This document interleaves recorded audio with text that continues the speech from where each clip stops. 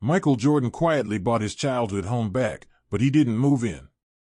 Michael Jordan's unexpected purchase of his childhood home in Wilmington, North Carolina, didn't make sense at first. The news broke quietly, with no fanfare, no announcement from Jordan himself. Fans and media alike were caught off guard when they learned that the basketball legend, who had lived a life filled with luxury and worldwide fame, had bought a modest, two-bedroom house in a middle-class neighborhood. For those who knew Jordan's history, the house was an important piece of his early years. It was the place where he had spent countless hours shooting hoops in the driveway, the foundation of his passion for basketball.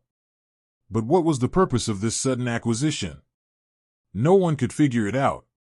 The house had been empty for years, the neighborhood had changed, and Jordan himself had long since moved on to bigger and better things.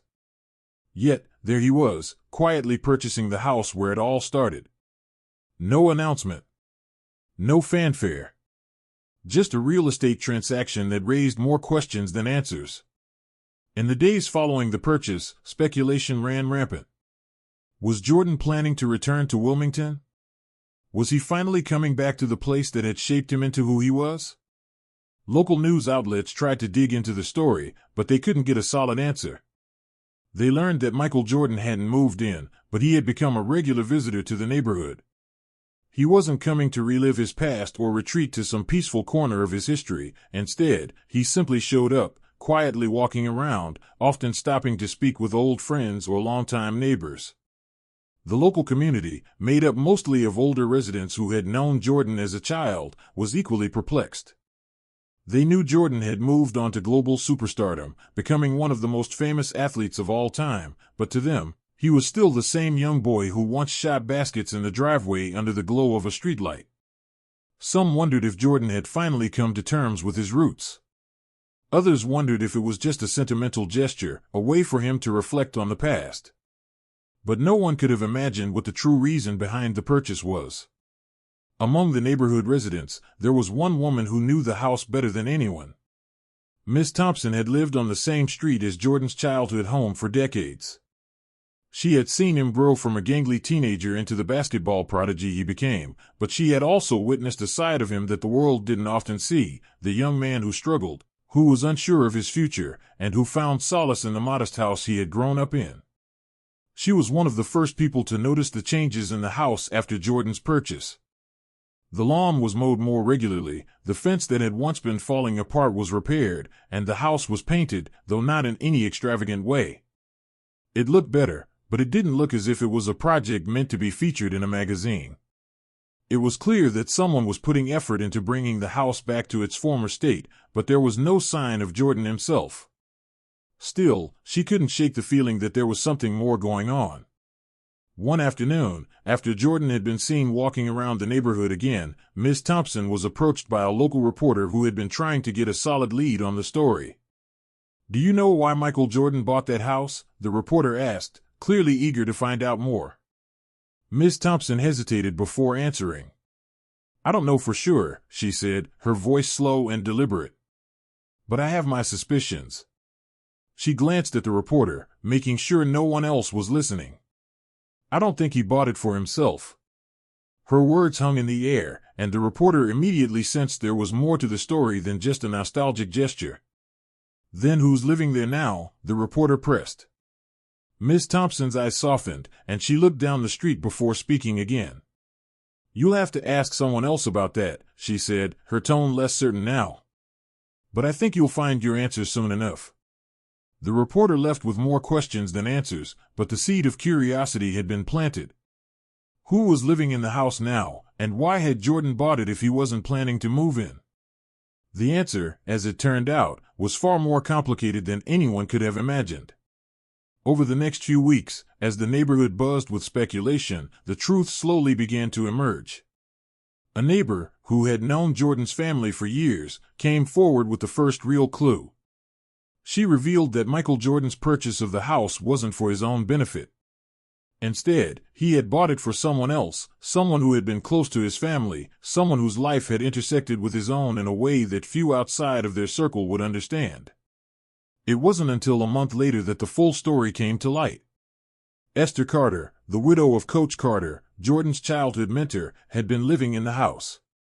Coach Carter had been the man who pushed Jordan to pursue basketball when he was a teenager, who taught him discipline and hard work long before the fame and fortune arrived. After Coach Carter's death, his widow had struggled to make ends meet.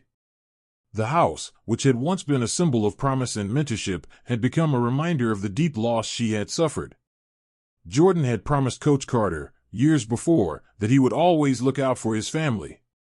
At the time, it had been a simple statement, a way to show gratitude for the man who had helped shape him. But it was a promise that Jordan had never forgotten. When he learned of Esther's financial struggles, he made the decision to buy the house back, not for himself, but for her. The act was quiet, understated, and done with little fanfare. Jordan's reason for the purchase was simple: to make sure that Coach Carter's widow had a place to stay, a place that had once been a sanctuary for them both. As the neighborhood learned more about the story, they couldn't help but marvel at Jordan's humility. He had never sought attention for this act of kindness. The media, eager to uncover the truth behind the purchase, was finally forced to acknowledge that sometimes the greatest acts of generosity were the ones done quietly, behind the scenes. Jordan's gesture wasn't about a return to his roots, it was about honoring a promise and making sure the legacy of Coach Carter lived on in a way that truly mattered. In the coming weeks, the neighborhood would come to embrace the deeper meaning behind Michael Jordan's unexpected purchase. The house, once a symbol of his own rise to fame, was now a place where the past and present intersected, a place where a promise was kept, and where a mentor's legacy was honored in the most unexpected of ways. The truth about Michael Jordan's purchase of his childhood home began to unfold in small, quiet steps. As the weeks passed after the initial shock, more and more people in the neighborhood began to learn the full story, and the emotional weight of Jordan's actions became clear. The media, which had originally speculated about his reasons, found themselves forced to reckon with the simple, powerful truth. Jordan hadn't bought the house for nostalgia or a return to the past. He had done it to keep a promise made long ago to someone who had shaped his life in a way few others ever had. The discovery came when Esther Carter, Coach Carter's widow, made her first public statement. She had kept quiet for weeks, processing her grief and the profound change in her life, but the weight of Michael's gesture finally pushed her to speak. The revelation that Jordan had bought the house for her was a bittersweet moment for everyone involved. It wasn't just about the money or the home, it was about the bond between two people who had shared something far deeper than what the world could ever see. Esther had known Michael for years, but not as the global icon he had become. She had known him as a young boy, a determined teenager who spent hours shooting hoops in the driveway, pushing himself beyond his limits, and who, despite his early frustrations and setbacks, never gave up. Michael had always looked up to her husband, Coach Carter. In a way, Coach Carter had been the father figure Michael never had, someone who believed in him when others doubted, who pushed him when he was ready to quit, and who made him see that greatness wasn't just about talent but about hard work and sacrifice. When Coach Carter passed away, it left a hole in Esther's heart and her life. She had lost not only her husband but the man who had given so much of himself to Michael and to the community. The house they had lived in for so many years, once a symbol of family and legacy, had become too much of a reminder of all that had been lost. As the years went on, Esther found herself struggling to maintain the home, barely keeping up with the bills and the maintenance. It was a slow, steady decline, made even harder by the fact that her late husband's legacy was tied to everything in that house. The neighborhood had changed, and with it, the world outside the house seemed to move on while Esther remained stuck in time. Then, one day, a letter arrived from Michael Jordan's team, informing her that the house had been purchased and that she was welcome to continue living there. It was a simple gesture, but it was one that came with a profound weight. At first, Esther couldn't believe it. She thought there had been some mistake. Why would Michael, of all people, buy the house? He had no reason to. He had already given so much to her family over the years: financial support, mentorship, and even just a steady friendship. But then, she remembered the promise. It wasn't a grandiose statement, nor was it something Michael had ever spoken about publicly. But years ago, when Coach Carter had first mentored him, Michael had told the coach, "If you ever need me, I will always be there." It had been a promise made in the heat of their basketball practices, a simple vow that came from the heart of a young man who had no idea how far he would go. Michael Jordan hadn't forgotten that promise. Over the years, as his fame grew and his world expanded, that vow remained with him, quietly pushing him to do more. He never forgot the people who had been there for him when he was just another kid with a dream. And so, when he learned of Esther's struggles, he made a decision that shocked everyone: he would buy the house back. But it wasn't about the money. It wasn't about making a grand statement. It was about keeping his word.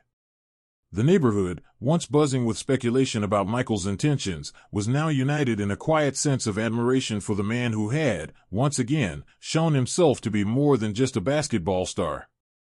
Jordan had done what few people would even consider. He had used his wealth and status not to buy himself something, but to ensure that someone else could hold on to the past that meant so much to them. It was a powerful gesture, and it resonated deeply with everyone who knew the true story.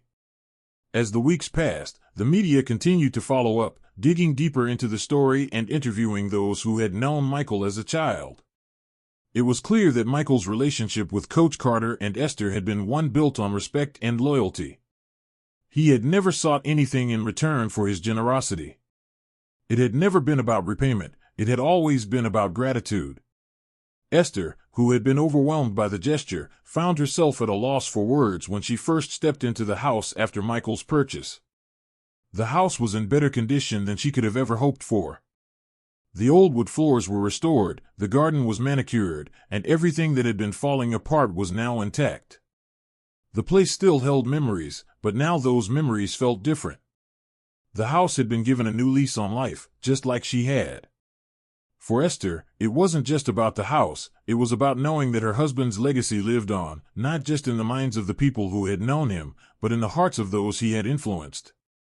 Michael's purchase of the house wasn't just a gift, it was a testament to the impact Coach Carter had had on the world, and how that impact had ripple effects that extended far beyond basketball. For Michael, it was a quiet redemption. He didn't need to tell the world what he had done, the act itself was enough. But as the media began to catch on, as the story spread, he knew that people would talk.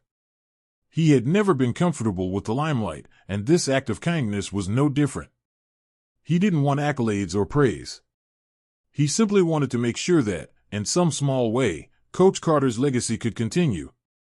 And he wanted Esther to have a place where she could live without the burden of financial strain. As the story broke, and more people learned of Michael's gesture, the neighborhood embraced the truth with open arms. The house that had once been a symbol of loss and struggle had now become a symbol of love, loyalty, and the importance of keeping promises. The community had witnessed a powerful, personal act of kindness, and it had left them all in awe. The emotional depth of the story had begun to spread beyond Wilmington, touching hearts everywhere. But as powerful as the story was, it was still only half of what would unfold. The true depth of Michael's decision and its consequences were still to be fully realized. And as the story continued to unfold, it became clear that what Michael Jordan had done wasn't just about a house or a promise. It was about something much greater, the quiet, everyday victories that often go unnoticed in the shadow of fame. As the weeks passed, the truth about Michael Jordan's quiet gesture continued to ripple through the community. People in Wilmington, North Carolina, were slowly beginning to understand the depth of his actions. The media continued to cover the story, but the real story, Michael's promise to a mentor who had shaped his life, was unfolding behind the scenes.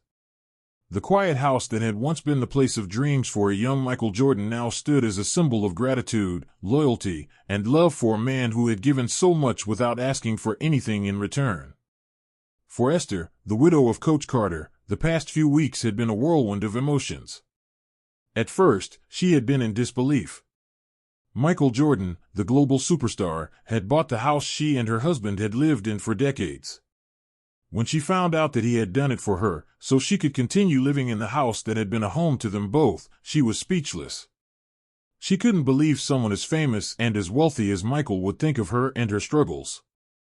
But as time passed, she began to realize just how much Michael's gesture meant. It wasn't about the house or the money, it was about the connection they shared, the bond forged over years of mentorship and friendship. Michael had kept his word, and in doing so, he had reminded her of the importance of loyalty, of standing by those who had stood by you. Esther's gratitude for Michael's kindness was immense, but it went beyond the material. It was about the memories, the legacy of Coach Carter, and the understanding that people like Michael never forgot where they came from. The neighborhood embraced the story with pride. People who had once known Michael as a young boy playing basketball in the street now saw him in a new light. His humble act of kindness had shown them that even the greatest of stars had a deep, personal connection to the people and places that shaped them. It was a lesson that they would carry with them, not just as fans of a basketball legend, but as witnesses to a man who had given back in the most meaningful way possible. Michael, for his part, stayed out of the spotlight. He hadn't bought the house to seek attention or accolades. He had done it because it was the right thing to do, because it was a promise he had made years ago to a man who had believed in him when no one else did. As the story spread, people tried to get interviews with him, but Michael remained silent. He didn't want the world to focus on him, he wanted them to focus on the message.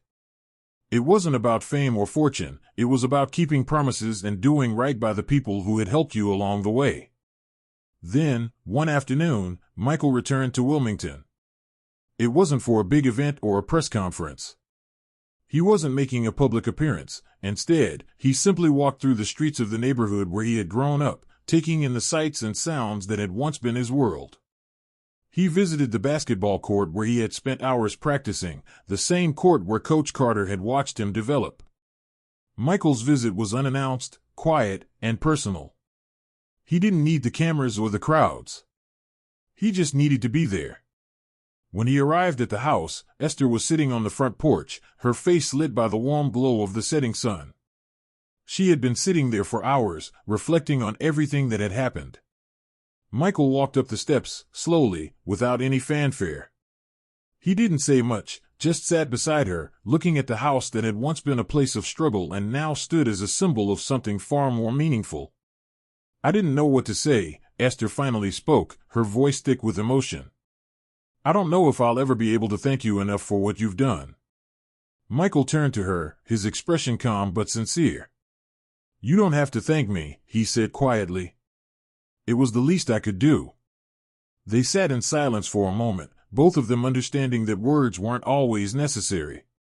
Sometimes, action spoke louder than anything that could be said. Michael had kept his promise, and that was enough. As the sun set over the neighborhood, the two of them sat together, remembering Coach Carter. They talked about the old days, the basketball games, the lessons learned, the laughs they had shared. It was a conversation that brought them both peace, a final acknowledgement of the man who had shaped both of their lives in ways they would never forget.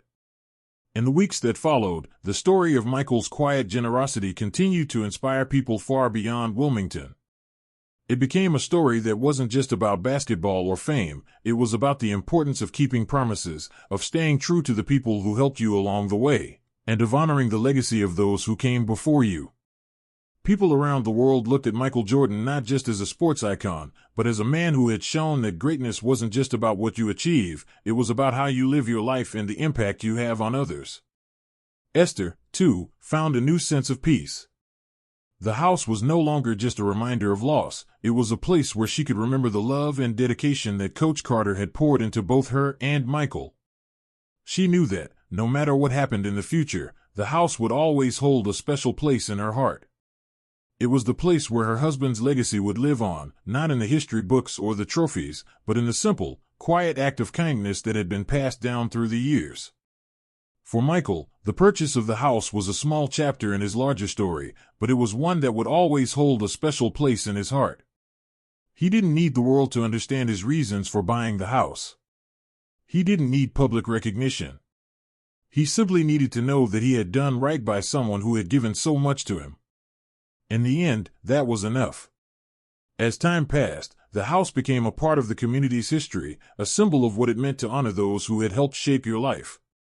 Michael Jordan's gesture, quiet and understated, had left an indelible mark on the people who had known him as a child.